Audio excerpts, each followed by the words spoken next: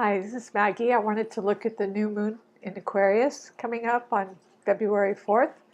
Um, the Sabian symbol for the new moon, the Sabian symbols were the meaning of degrees. They were created by Elsie Wheeler, clairvoyant in like 1925, and they're really precise.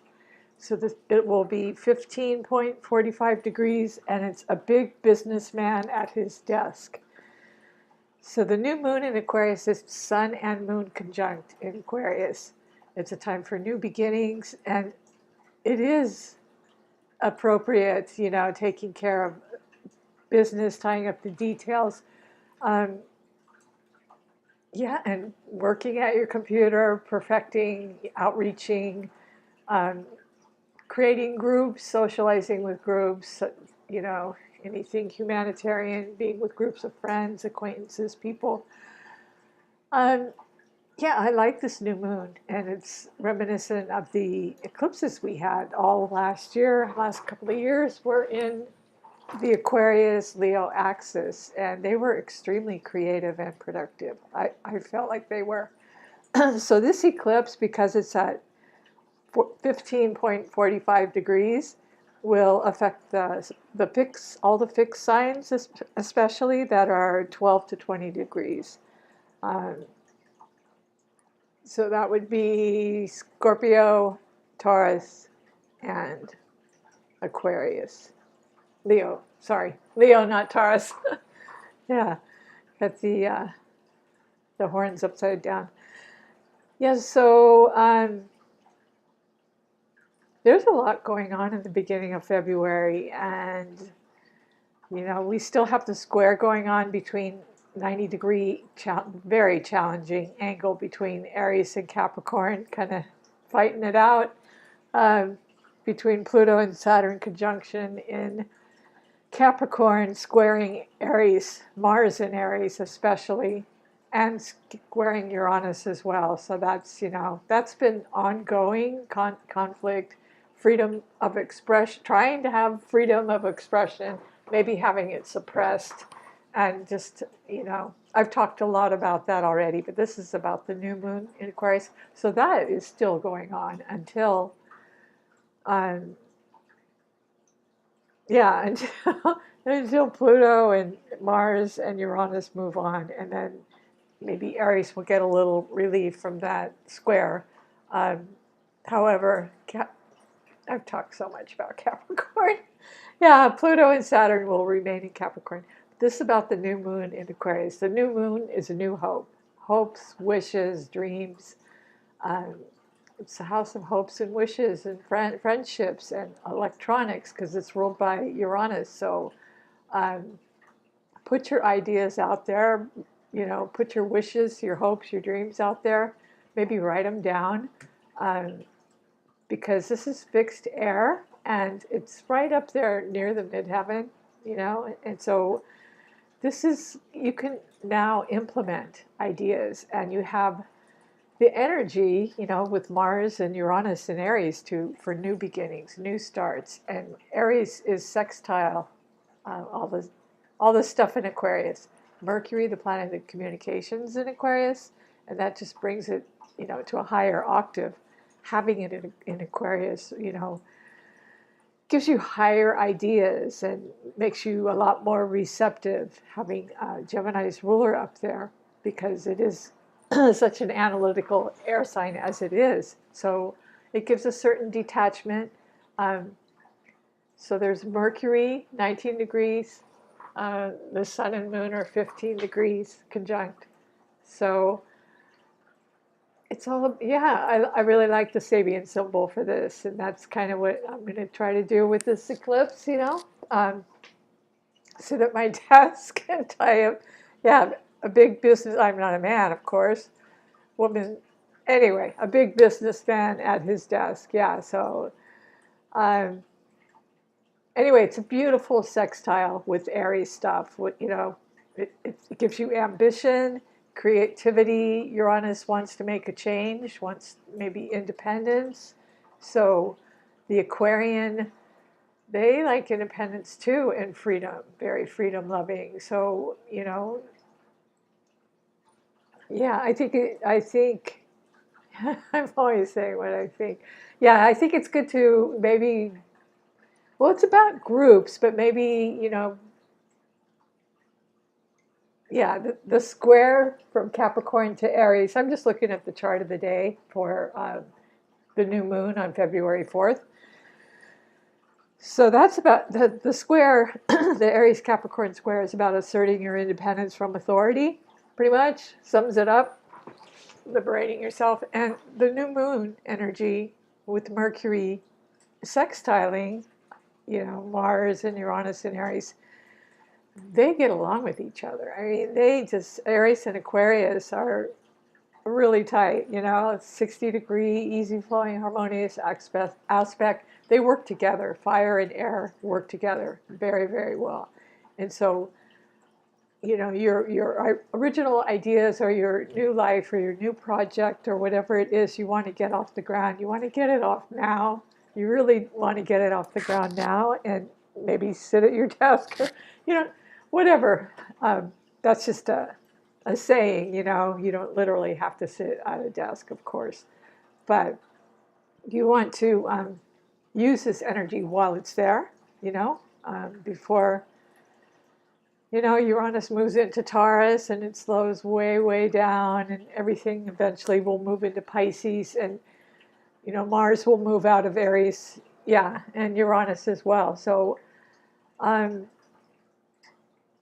now's the time to act on your initiative and your new beginnings, and to, um, and there's just beautiful fire trines at the same time. All the planets are direct.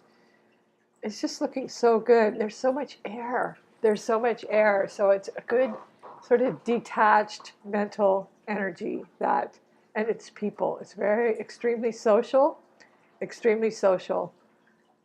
And Aquarius is up in the MC, up in this chart, it's the chart of the day. So, of course, it's in the midheaven. And it's the sign right next to Capricorn anyway. So, pretty much it's what's going on. And it's kind of like a forerunner to the age of Aquarius, It feels good. It feels good. So, use that Mercury. Use it while it's direct in a fellow air sign. Mercury feels very comfortable in an air sign in Aquarius. Um, yeah, and use your Mars drive in Aries. Just use that to further your hopes and your dreams and your wishes, whatever they may be. Jupiter is in Sagittarius. That's a very, very fortunate placement. Venus will be 1 degree Capricorn. So that's very good for business as well. Building let me just make sure. Yeah, Venus will be 1 degree Capricorn on the 4th. And there's a lot of other stuff going on. I've already done the monthly for February. However, there's some, so this will be affecting people 12 to 20 degrees in the fixed signs. Leo, Taurus. I keep saying Taurus. Yeah, Taurus is fixed. Taurus is very, very fixed. Leo, it's this wheel. This wheel, I'm used to looking at a different wheel. Yeah, Leo, Taurus, and Scorpio are the fixed signs. So it'll affect them if you have, around those degrees within I don't know, 10-degree orb, 5-degree orb. So Mercury is going to move into Pisces on the 10th. So you want to use Mercury before it gets sort of dreamy. And, when it goes into Pisces, it's not going to be as openly social and communicative as it is in an air sign, because water is more about feelings and intuition. And so you want to take advantage of this opportunity. This is opportunity, this beautiful, beautiful sextile. Sextiles present a way out. They're problem solving. They're new beginning. Well, they're opportunity. They're a way out. So you have a chart with very hard aspects. You would look for the sextiles and the trines, if there are any. There's always one, hopefully one positive aspect that you could look for.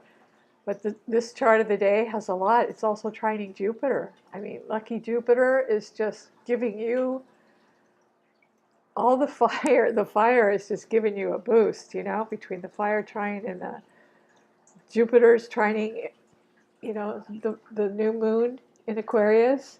And it's also trining Mercury. So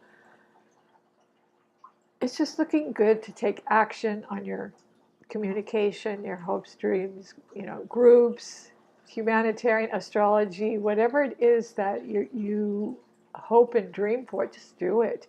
Mars says to do it. Jupiter says to do it. Fire is action. You need to take action. You need to take action on your brilliant ideas, because Uranus is brilliant, absolutely brilliant, and it's the ruler of Aquarius, and Aries is new beginnings. So you use the fire Mars, and you use the new moon and the sextile, the opportunity to further your goals, your wishes and dreams. And Jupiter, you use the Jupiter sextile to the new moon and to Mercury to implement those ideas and your hopes and wishes and dreams. And just, it just looks so good. It looks so good, It really, really does look good. Yeah, so we're kind of just getting away from the square, and just talking about the positive uh, aspects going on. Yeah, I really, really do love this new moon.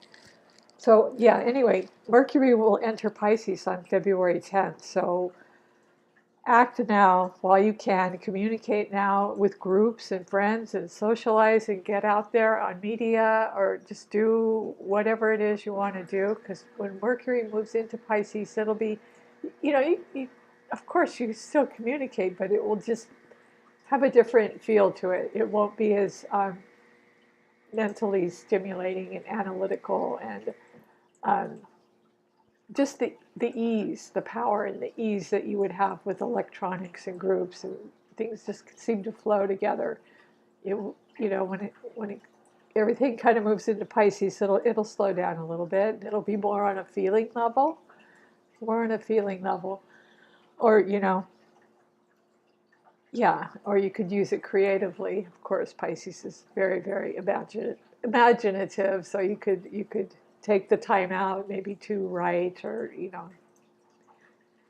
So let's just enjoy this Aquarian energy while we have it.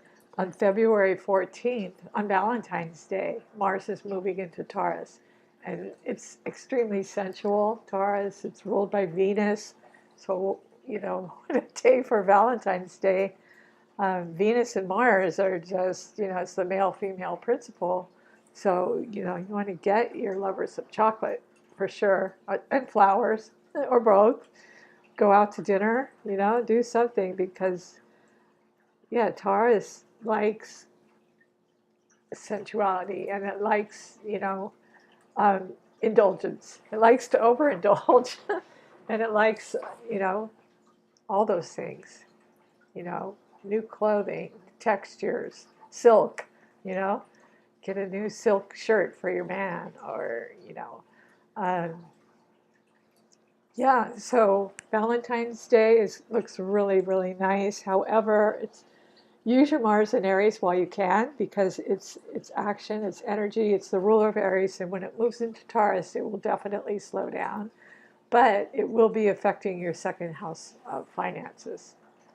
In the general original chart, it'll be the second house, the house of finances, assets, material gain, and it'll be fixed earth energy. So it's a vast difference from what's going on right now. So take this opportunity. Sextile between Aries and Aquarius is opportunity, and Jupiter